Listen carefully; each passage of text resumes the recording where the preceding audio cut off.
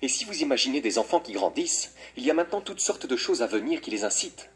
Puis soudainement, autour de 2009-2011, pendant cette période, nous avons changé d'un coup. Maintenant, tout le monde est hyper connecté à ses pairs, partage massivement des informations parmi ses pairs, et s'évalue mutuellement en cliquant sur des likes et en évaluant des choses. Il s'agit d'une transformation vraiment rapide de la fabrique fondamentale de la socialisation. Nous pensons que c'est ce qui explique le changement relativement important entre la génération Z et les milléniaux. Et ce changement se traduit par des taux très élevés d'anxiété, de dépression, d'automutilation et de suicide. Ce que je veux dire, c'est que ce n'est pas seulement « et ils sont différents de nous et je n'aime pas ça », c'est plutôt « et ils sont différents de nous et ils ont des problèmes qu'ils n'ont pas résolus ». Et ils font donc avoir le courage de se dire « waouh, nous avons des problèmes ». Et ce que nous avons trouvé à travers le pays, c'est qu'il y a un fort accroissement du problème. Surtout pour les filles. Les garçons vont moins bien aussi, mais l'augmentation pour les filles est bien élevée. Elle a tendance à commencer autour de 2012-2013, période pour laquelle nous disposons de beaucoup de données. Il ne s'agit pas seulement de changer les normes du diagnostic, ce n'est pas seulement « Oh, la génération Z, ils sont tellement à l'aise pour en parler qu'ils ont apporté des scores évalués ». Ce n'est pas ça, parce que c'est aussi le nombre d'enfants admis à l'hôpital parce qu'ils se détruisent, et c'est aussi le suicide. Donc on sait que c'est une vraie tendance, et c'est une tendance très alarmante.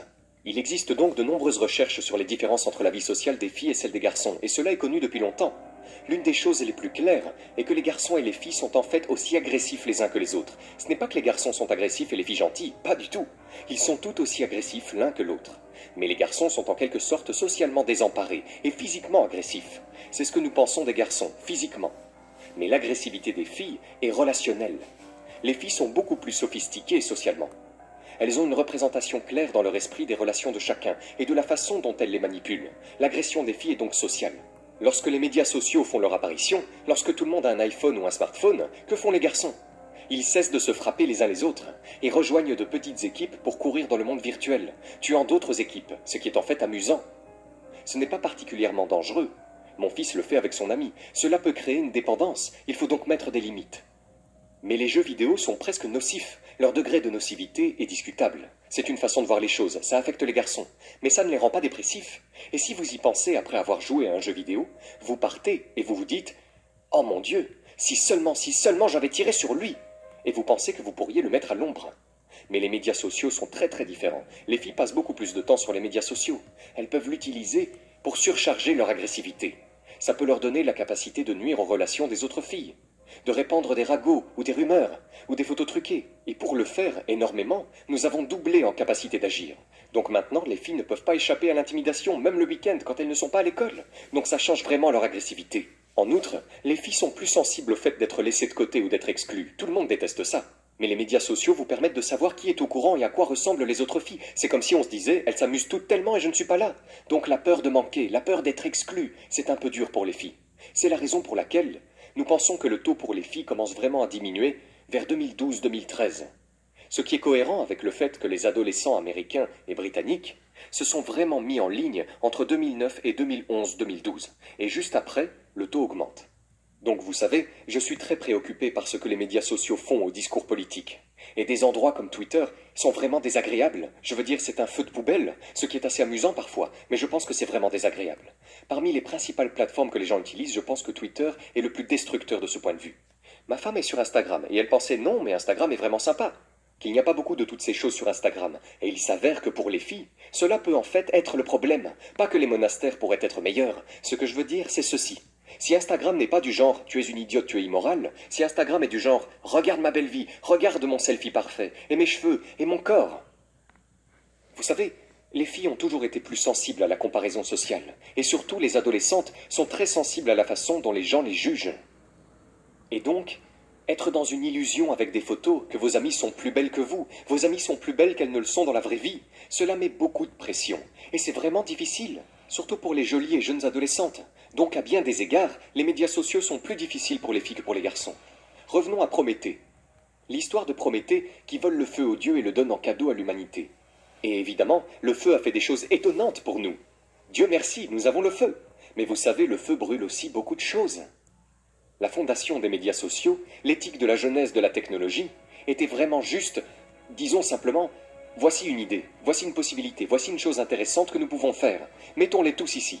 Et cela soulève beaucoup de réflexions sur ce qui se passe. et sur le mal que nous faisons.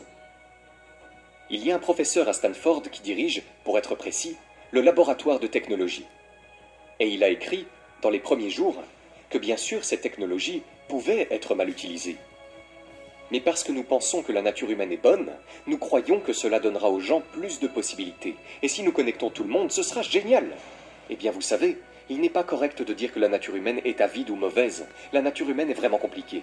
Et si vous mettez ces deux ensemble, technologie et l'être humain, ils hyperconnectent les gens avec la capacité de répandre des mensonges et des ragots. Beaucoup de cela est arrivé.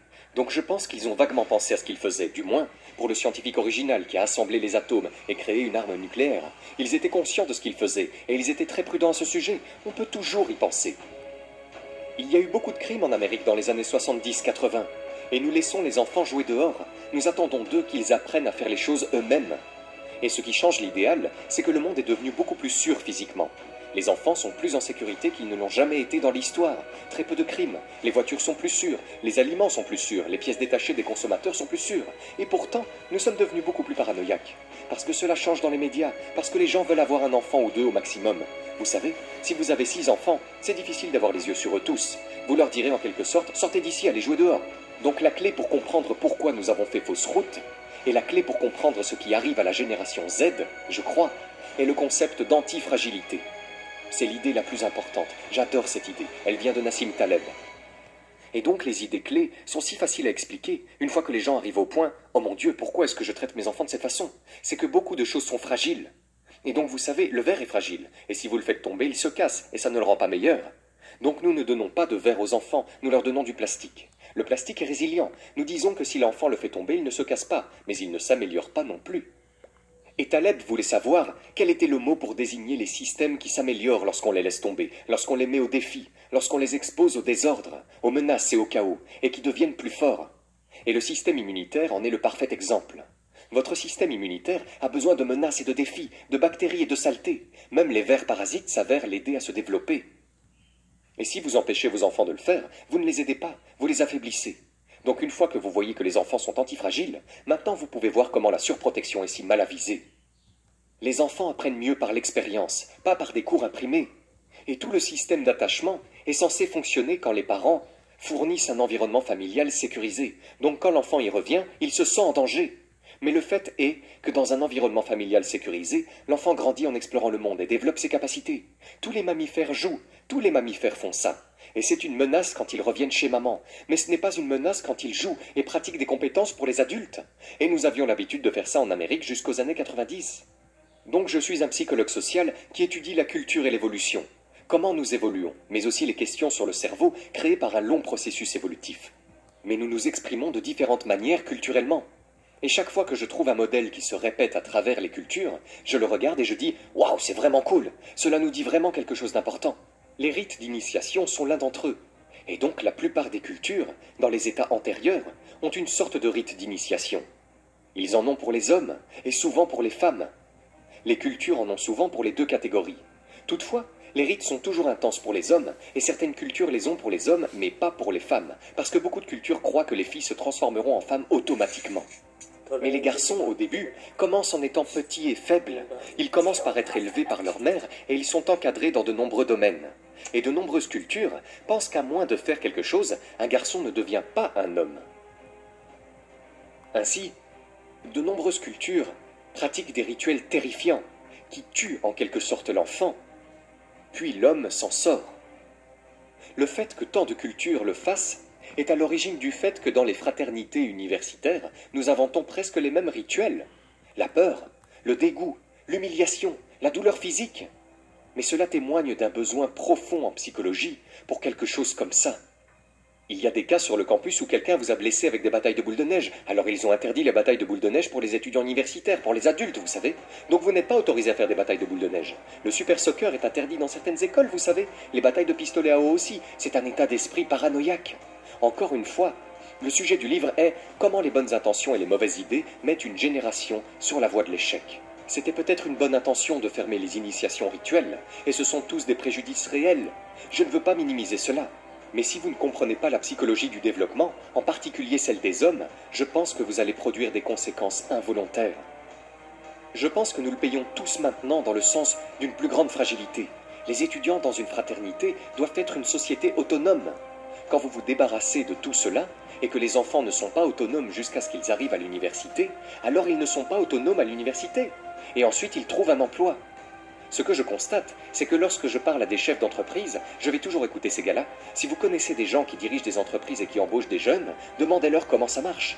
Je demandais juste, et un chef d'entreprise m'a dit « Ouais, vous savez, je veux dire, mes récentes embauches, c'est comme s'ils ne savaient pas comment changer un bot de lumière, comme s'ils ne savaient pas faire quoi que ce soit par eux-mêmes. Et donc nous payons tous pour ça. En cela, nous avons privé la génération Z de millions d'opportunités. Et en sommes surpris.